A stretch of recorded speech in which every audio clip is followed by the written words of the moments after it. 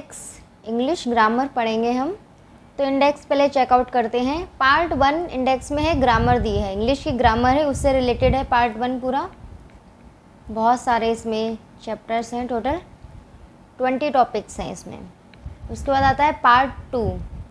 तो इसके पार्ट 2 में दिया है ट्रांसलेशन।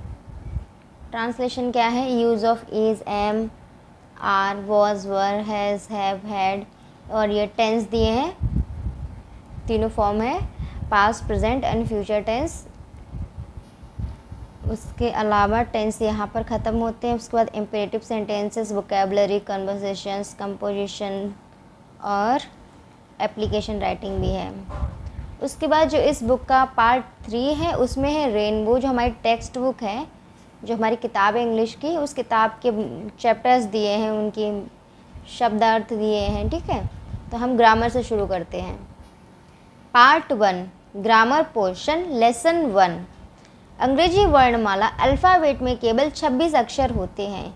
यह वर्णमाला 4 प्रकार से लिखी और समझी जाती है, 2 प्रकार के छपने वाले अक्षरों में और 2 प्रकार के हाथ से लिखने वाले अक्षरों में।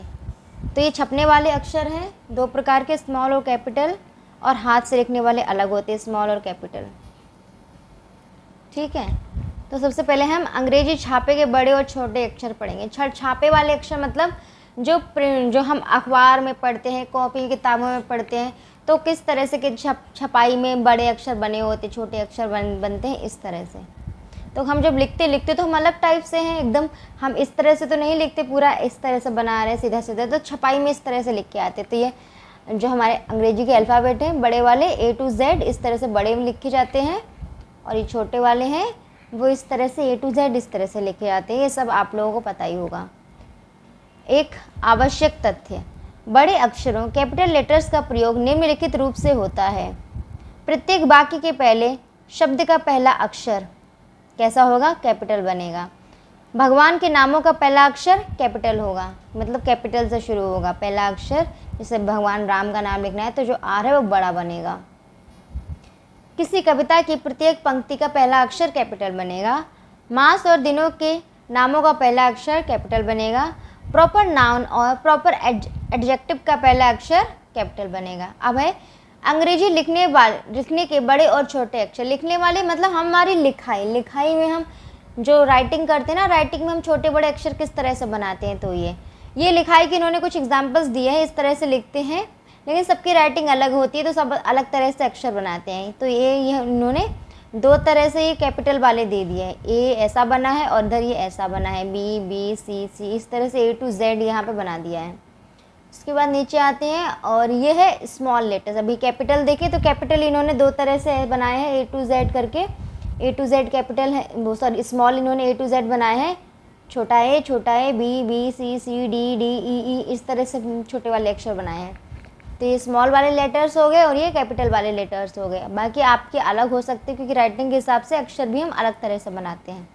तो इन हमारे स्मॉल लेटर्स के आवश्यक तथ्य, अंग्रेजी के लिखने के छोटे अक्षर साधारणतया 4 पंक्तियों के बीच में लिखे जाते हैं। इनके लिखने का क्रम निम्न प्रकार है: ACEIMNORSUVWX बीच की 2 पंक्तियों के बीच में लिखे जाते हैं। 4 पंक्तियाँ होती हैं, 1 2 3 4। ठीक है, तो 4 लाइनों के बीच की जो 2 हैं, ये 2, ठीक है, तो इनमें ये वाले अक्षर लिखे जाते हैं। फिर है BDHKLT, ये अक्षर ऊपर की 3 पंक्तियों के बीच में लिखे जाते हैं। ऊपर की 3, 1 2 3, इन तीनों में लिखे जाते हैं। GJPQYZ नीचे की 3 पंक्तियों के बीच में लिखे जाते हैं। ऊपर की 1 2 3 4, ऊपर के हटा देंगे, 2 3 4, नीचे की 3 हो गई है, नीचे से 3, इन तीनों में ये लिखे जाते हैं।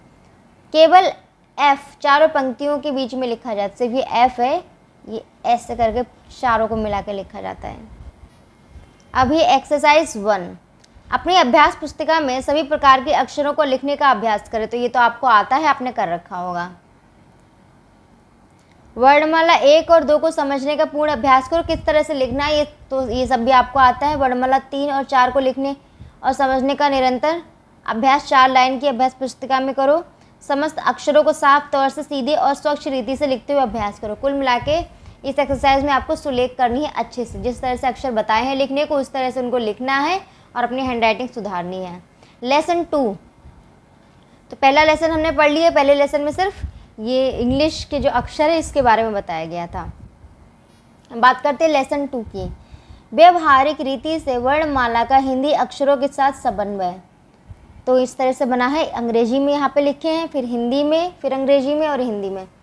तो ये बता रहे हैं कि हिंदी वर्णमाला के साथ अंग्रेजी अक्षर को हम कैसे बोलते हैं। मतलब हमारा हिंदी का छोटा आ है तो अंग्रेजी में आ, छोटे आ को किससे लिखेंगे, ए। बा है तो बी से लिखेंगे। तो इस तरह से हिंदी इंग्लिश, जिसको हम लोग क्या बोलते हैं, ककहरा। हमने छोटे हैं तो हमने ककहरा पढ़े होंगे, जिसमें हम छोटे आ से लेके ज्ञा से ज्ञानी तक पूरा उसको इंग्लिश में कैसे लिखते हैं, तो सारा इंग्लिश में था। तो इस तरह से यहाँ पे ये भी है। ए को हिंदी में बोलेंगे आ, बी को हिंदी में बोलेंगे बा, सी को हिंदी में बोलेंगे सा और का, इन दोनों के लिए सी लगता है। डी को हिंदी में बोलेंगे डा और दा, ई को हिंदी में बोलेंगे ए, एफ को हिंदी में बोलेंगे फा, जी को बोलेंगे गा और जा के लिए जी लगती है। एच को बोलेंगे हा, आई को बोलेंगे ई और ई, जे को बोलेंगे जा, के को बोलेंगे का, एल को बोलेंगे ला, एम को बोलेंगे माँ। ये नीचे रह गए 2 अक्षर। एल को बोलेंगे ला और एम को बोलेंगे माँ। एन को बोलेंगे ना, ओ को बोलेंगे ओ ऊ, पी को बोलेंगे पा, क्यू को बोलेंगे का, आर को बोलेंगे रा, एस को बोलेंगे सा, टी को बोलेंगे टा, यू को बोलेंगे ऊ, वी को बोलेंगे वा, डब्ल्यू को बोलेंगे बा, एक्स को बोलेंगे क्स, वाई को बोलेंगे या और ई, जेड को बोलेंगे जा। ठीक है, तो इस तरह से ककहरा आपने याद करे होंगे। नहीं याद किए तो आप फिर से ककहरा याद कर लीजिए, देख लीजिए किस तरह से हिंदी को इंग्लिश में लिखते हैं और इंग्लिश को हिंदी में किस तरह से अक्षर देखते हैं। आ, बड़ा आ, बड़ा आ। ई, आई, बड़ी ई के लिए आई भी लगाते हैं और डबल ई भी लगाते हैं। ऊ के लिए यू, छोटा ऊ है उसके लिए यू लगाएंगे, बड़ा ऊ के लिए डबल ओ या डब्ल्यू ओ, और ए के लिए ई, और है